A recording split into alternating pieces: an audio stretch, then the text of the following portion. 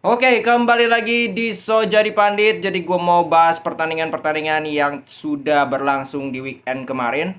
Langsung saja kita ke Premier League. Itu ada beberapa pertandingan yang cukup menarik. Kita mulai dulu dari Liverpool.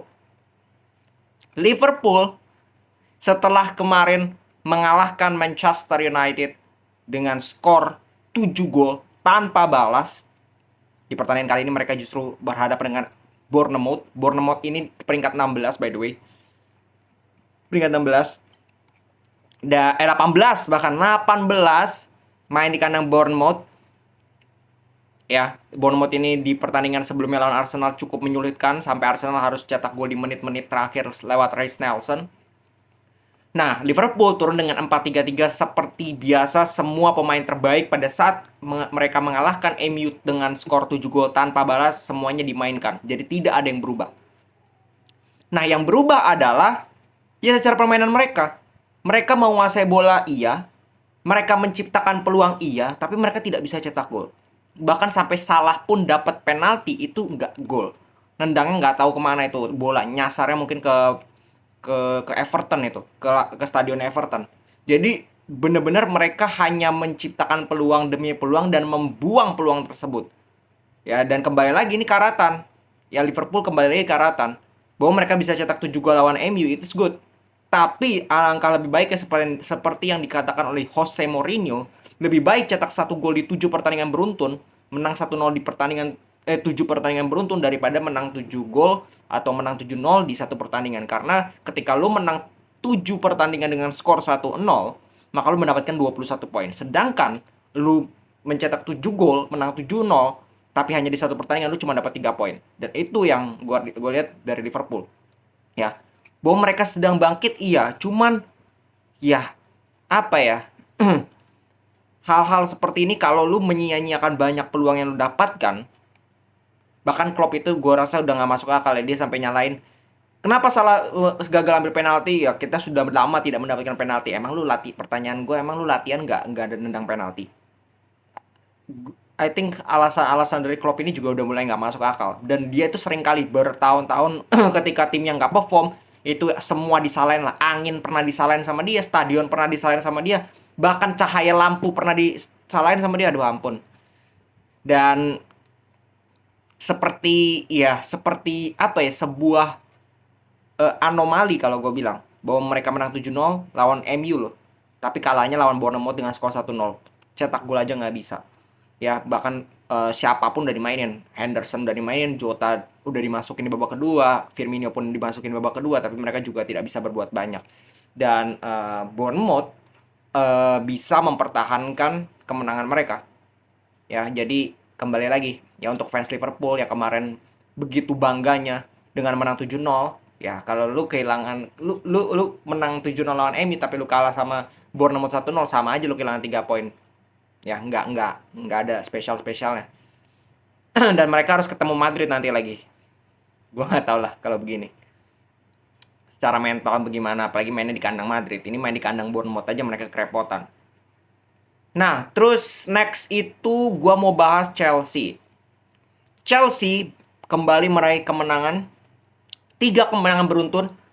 Leeds, Borussia Dortmund dan juga Leicester City dengan formasi yang sama. Dan gue bilang Potter sudah menemukan pakem yang jelas untuk Chelsea dengan formasi 3-4-3-nya dia. Ya kali ini Fofana, Koulibaly dan Cucurella di belakang, Chilwell, Kovacic, Enzo dan juga Loftus-Cheek, di depan ada Mudryk, Havertz dan juga Joao Felix. Kalau dibilang Leicester tim jelek, secara peringkat memang tim jelek, peringkat 16, tapi secara permainan definitely no. Di pertandingan kemarin mereka ciptakan cukup banyak peluang. Imbang lah. Berjalannya pertandingan itu sangat imbang. Tapi memang kelihatan kualitas penyerangan dari Chelsea, kualitas direct football yang ditunjukkan oleh Chelsea itu jauh lebih bagus. Ya, Ben Chilwell cetak gol cantik di menit 11, first time, itu keren banget. Bahkan habis itu ada 2 kali momentum Joao Felix itu kena tiang satu dan golnya dianulir. Jadi ada hampir 3 gol bahkan bisa diciptakan oleh Chelsea sebelum mereka disamakan kedudukannya. Sorry. Terus Chelsea kecolongan satu sama, itu kesalahan juga dari Joao Felix, kehilangan bola. Tapi golnya ya nggak bisa disalahin juga karena murni skill individu dari jarak jauh seorang Daka. Nah, Chelsea bisa cetak gol di tambahan waktu ya. Kai Havertz lewat umpan yang begitu luar biasa dari Enzo, gue juga nggak nyangka Enzo bisa melakukan itu. Eh, dan finishingnya Kai Havertz luar biasa bagus. Ya, jadi Chelsea menutup babak pertama dengan 2-1 which is good. Walaupun mereka juga bukan berarti tanpa serangan dari Leicester. Leicester juga cukup banyak terutama di babak kedua setelah Joao Felix kan ditarik keluar karena cedera kalau nggak salah. Di babak kedua Chelsea main jauh lebih defense. Ya, mengandalkan counter. Dapat sih banyak banyak counter attack, tapi kan nggak ada yang berhasil juga, ya kan? Sedangkan Leicester menguasai pertandingan, mereka dapat segudang peluang tapi yang namanya finishing dari pemain depan mereka. Nacho cuma nge-shot sekali, Daka ya cuman gol itu nge-shot sekali. Madison shots berkali-kali nggak ada yang masuk.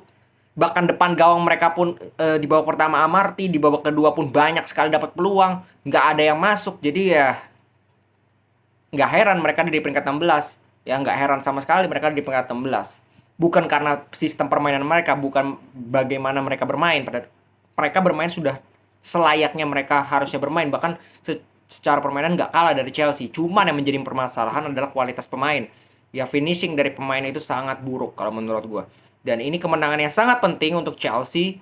3 kemenangan beruntun dan ada progres dari sisi mencetak gol. Ya meningkat tuh dari 1 gol, 2 gol, 3 gol. Memang di pertandingan kali ini minusnya adalah kebobolan. Cuman kalau Chelsea meneruskan tren ini, mereka ya kemungkinan akan menemukan permainan mereka lagi dan perlahan naik ke papan atas. Semoga minimal untuk Europa League dan juga 4 besar ya, peringkat 4 itu lebih seru lah. Jangan Chelsea dan Liverpoolnya nanti kalau nggak konsisten lagi itu akan membuat nggak seru gitu untuk perebutan 4 besar. Ya, gue juga nggak mau Newcastle yang lolos ke Champions League jujur aja. Karena secara kualitas nggak banget. Daripada musim depan kita lihat Newcastle di Champions League, mending Liverpool sama Chelsea kan, atau minimal Spurs lah. Terus City menang 1-0, nggak heran, tapi City juga karatan ya, golnya itu dari penalti Haaland. Ya City pun nggak konsisten di musim ini. Kadang mereka main luar biasa, kadang main biasa aja, kadang main jelek bahkan. Ya City pun kelihatan apa ya, nggak sekonsisten musim lalu. Ya padahal datangnya Haaland cetak banyak gol betul, tapi defisitnya itu terlalu jauh dengan pemain lain sehingga terlihat ketergantungan terhadap Haaland. Ini yang menjadi problem. Terus Arsenal menang 0-3. Tidak heran ya lawan Fulham. Fulham ini peringkat 8 ya. Nggak kecil, nggak jelek juga, nggak peringkat bawah juga. Jadi ini tim yang cukup apa ya? Menyulitkan juga. Nah, yang menjadi yang menarik adalah starting eleven itu nggak beda jauh, tapi Trossard dimainkan sebagai false nine luar biasa, 3 assist. 3 assist di pertandingan kali ini. Hat-trick assist luar biasa. Ya, dan memang Arsenal ini kembali menunjukkan pertandingan demi pertandingan yang seperti di beberapa video yang lalu gue katakan bahwa Arsenal ini sudah punya mental juara. Sudah menunjukkan punya mental juara. Mereka punya kemauan yang besar untuk menjadi juara dan mereka tunjukkan secara permainan juga. Mereka tunjukkan secara hasil juga, secara konsisten juga mereka bisa tunjukkan itu. Dan kembali lagi ini nggak mudah bertandang ke markas dari Fulham. Ya mereka bisa menang 3 gol, 3-0. Ya ini kemenangan yang sangat luar biasa kalau gue bilang untuk Arsenal. Yang terakhir itu MU. MU Soton ya, MU turun dengan cukup mengejutkan 4-1 justru, hanya 1 DM dengan Sancho dan Bruno Fernandes sebagai attacking midfield, Anthony dan Rashford di kiri kanan dan juga ada Weghorst di depan. Di belakang tidak banyak perubahan, Luke Shaw, Martinez, Varane, De Gea dan juga Wan-Bissaka. Kita tahu Soton itu mengalahkan Chelsea beberapa pertandingan yang lalu 1-0 di kandang Chelsea. Jadi ini bukan tim yang memang tim papan bawah ya, peringkat 20, tapi kadang-kadang lawan tim besar entah kenapa ya mereka bisa aja gitu mencuri poin. Nah, MU di awal-awal memang kelihatan tidak adanya pemain tengah yang mendampingi seorang Casemiro membuat Casemiro terisolir sendiri. Lini tengah MU begitu kosong. Jarak dari Sancho, Fernandes dengan Casemiro itu terlalu jauh. Sehingga apa? Ujung-ujungnya long ball ke sayap. Lebih banyak nyerangnya itu dari sayap. Sehingga mudah dibaca oleh Soton. Ya, Anthony Rashford nggak kelihatan sama sekali. Rashford 2 kali di babak pertama dapat peluang depan gawang. Rashford satunya egois, harusnya dia bisa passing kepada Weghorst, tapi dia nggak passing. Dia shot bisa ke save oleh Bazunu. Yang kedua kontrolnya kejauhan. That's it. Anthony nggak kelihatan sama sekali. Sancho pun demikian. Bruno pun bekerja keras, tapi nggak terlalu banyak kreativitas yang bisa dia perbuat karena jarak antara Casemiro dengan dia terlalu jauh, sehingga dia harus berbagi peran. Ya, dia harus menutup peran dari yang biasa Fred atau Sabitzer atau Eriksen. Ini yang sulit dia jalankan. Nah, Soton pun ya nggak banyak dapat peluang, tapi ada beberapa momentum di mana mereka menguasai pertandingan juga. Mereka mengurung MU, tapi dengan kualitas pemain mereka yang so-so, shotsnya itu kebanyakan ngawur.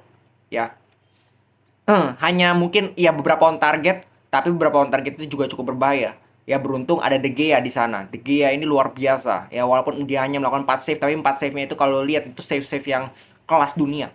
Tanpa De Gea, gue pikir itu MU sudah kebobolan. Ya, bisa saja mereka kalah. Nah, yang menjadi problem adalah di menit 34 Casemiro itu dapat kartu merah. Apakah itu kartu merah? Iya. Menurut gue apa ya? Dia itu melakukan poolnya memang naik, tapi naiknya itu intentional. Naiknya itu bukan berdasarkan dia sengaja untuk naik, enggak. Tapi bagaimana dia coba untuk tackle bola, kena bola dulu, ya kena bola dulu, abis itu kakinya itu ya naik. Naiknya itu karena akibat dia menyentuh bola sehingga ada pantulan sehingga kakinya itu naik. Mengenailah pemain dari Soton. Kartu kuning, dicek VAR, diubah jadi kartu merah. Apakah itu kartu merah? Menurut gua agak terlalu tega. Karena itu foul pertama Casemiro memang biasanya juga kalau udah terlalu fatal langsung kartu merah. Tapi kalau lihat dari intentionalnya Casemiro, dia tidak mengincar kakinya, dia mengincar bola. Kebetulan deflect dari kakinya itu yang setelah menyentuh bola itu mengarah ke tulang keringnya pemain Soton. Ya, jadi ini agak tega dan Casemiro itu harus absen 4 pertandingan ke depan karena dia sudah kena 2 direct red card musim ini untuk MU. 7 season bersama Real Madrid, 0 kartu merah. 2 pertandingan terakhir lawan MU bersama dengan 3 pertandingan terakhir bersama dengan Manchester United di Premier League dia dapat 2 kartu merah. Direct loh, bukan kartu kuning. Enggak, direct. Nah, ini yang menjadi problem. Ya, bahwa kelihatan Casemiro pun ketika ditaruh sendirian, dia sulit gitu menemukan rekan sehingga hal-hal seperti ini bisa terjadi. Dan kali ini MU dirugikan oleh wasit. Jujur, ada satu momentum di babak pertama juga di mana handsball itu juga nggak dicek sama sekali oleh si Taylor itu. Jadi ya inilah pertandingan yang bisa gue katakan di mana tim MU itu sedang dirugikan. Dan bukan hanya MU, sebenarnya di beberapa klub lain juga mengalami hal demikian. Nah, ini kebetulan gilirannya MU. Ya, jadi di babak kedua pun nggak banyak yang bisa mereka lakukan dengan 10 pemain. Weghorst kan ditarik keluar di menit 44, digantikan McTominay. Di babak kedua praktis justru Soton lebih mengambil inisiatif. Ya, Ward-Prowse ini pemain yang sebenarnya ya secara visi, secara permainan on play itu nggak terlalu kelihatan. Tapi ketika dia melakukan free kick itu bahayanya minta ampun. 2 kali free kick, dua-duanya itu bahaya. Satu deflect, satunya mistar loh. Ya, dan ya gue nggak ngerti apa dia cuma latihan free kick atau gimana. Karena terbukti setiap kali free kick, direct free kick itu berbahaya banget. Berbahaya sekali. Ya.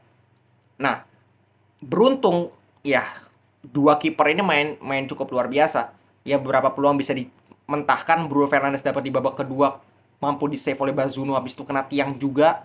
Ya. Jadi ada beberapa peluang besar yang didapatkan oleh MU dan juga oleh Soton. Soton pun demikian.